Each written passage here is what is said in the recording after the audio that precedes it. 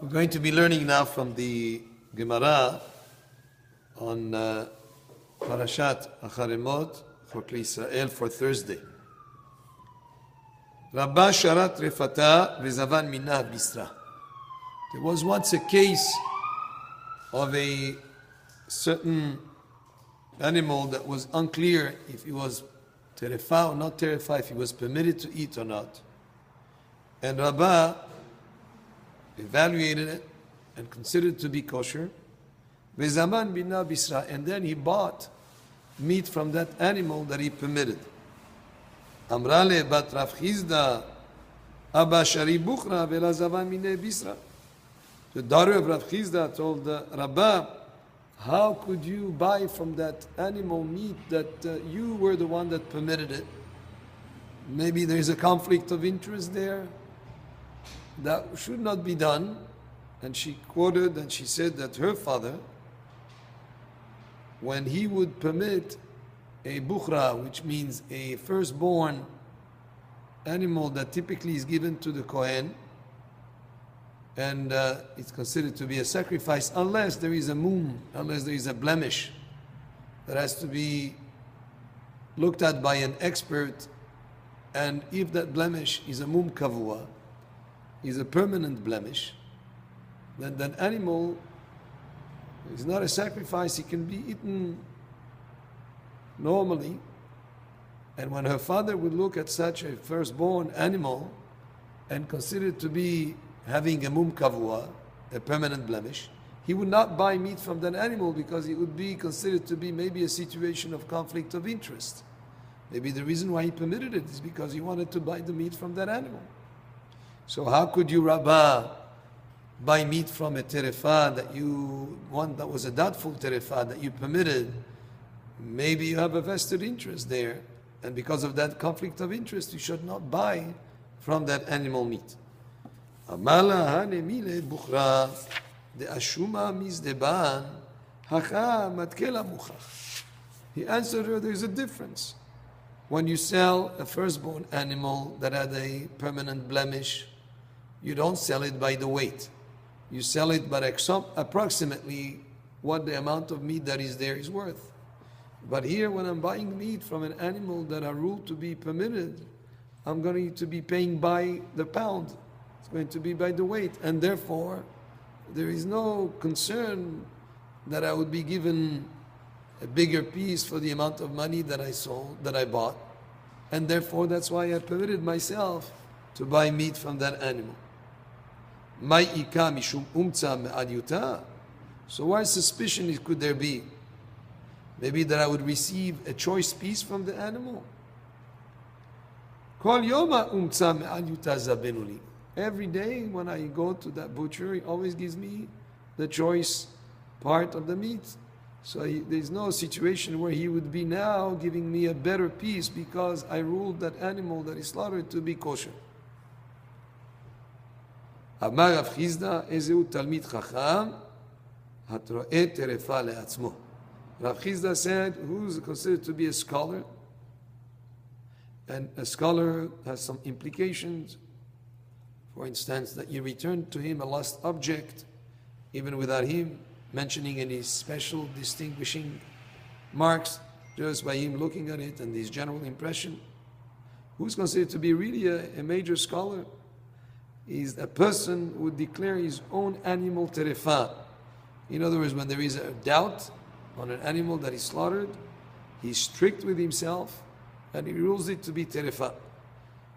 Ve'amar Rav Chizda, ezeu soneh matanot yichyeh, ze haro'eh terefa le'atzmo. Rav Chizda says, this pasuk in Proverbs that says, the person who hates gifts shall live. In other words, he will live a longer life. It's a person who is strict to declare his own animal terefa. If there is any doubt, he rules in a strict way when it comes to his own animal. Darash marzutra mishrei de Rav Chizda. כל מי שקורא ושונה ורואה טרפה לעצמו ושימש תלמידי חכמים, עליו הכתוב אומר הגיע כפיך כי תאכל אשריך וטוב לך. So Marzutra expounded on this pasuk and explained who a person who studies Torah and Mishnah, and declares his own animal terefa, and attend to scholars. Over him, the pasuk says, when you eat the labor of your hands, you shall be happy, and it will be well for you. Rav Zevid Amar Zoche v'nocher shne olamot, ha'olam hazeh ve'olam haba. According to Rav Zevid, he says that such a person inherits both worlds, this world and the world to come. Why? Because the pasuk says, Ashrecha, happy or fortunate you are, ba'olam hazeh, in this world. Ve'tov lach, and it shall be well for you and good for you when? In olam haba, in the world to come. Rabbi Elazar ki havu meshader eleh mi ben nesi'ah midi lashakil. Rabbi Elazar, when he was sent a gift from the house of the Nasi, he would not accept it. Ve'chi havu mezamne eleh la'azil, and they would invite him for a meal. He would not go. He would say, and Amar la kabae mar de'ehe dichti v'soneh matanot yichye. Doesn't the master, which means the Nasi, want me to live? Because it's written, the person who hates gifts shall live. And definitely a person benefits much more from giving than from taking. And receiving a gift is something may make a person happy, but according to Shlomo HaMelech, a person who hates gifts, he shall live. So it's say, if you invite me, if you send gift, I will not accept it. Because he wanted to live, just according to the pasuk. Rabbi Zira ki meshadrele la shakil. When Rabbi Zira would be sent a gift, he would not accept. Ki avu mezamin le azil. When they would invite him to come for a meal, he would go.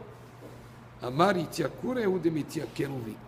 He would say, when I go for a meal, even though of course they will be serving him a meal, still they would be benefiting themselves. The hosts would be getting a greater benefit because Rabbi Zira was such an important Talmid Chacham that he would be honoring them by his presence, and it would be him that would be sort of like giving them more than the meal that he would receive. So, this Gemara indicates, the importance of a person not, being so ecstatic and going after receiving gifts. On the opposite, is the more a person can be on the giving end, it's always better. Baruch Adonai le'olam, amen ve'amen. And by the way, just as an added comment here, we're getting very close to the holiday of Pesach. Very, very important holiday in the year. There are many details. If there are any questions in the community, please do not hesitate to call the synagogue, and whether it is about what products that are kosher or not, the Pesach, whether it is about also how to run the Seder of Pesach. We've had questions this week from people who want to do it the right way. We had classes here on the subject, but if you're not able to attend the classes, do not hesitate to call to get instructions and whatever questions that may come up that are associated with the holiday that involves many, many details. Baruch Adonai le'olam, amen ve'amen.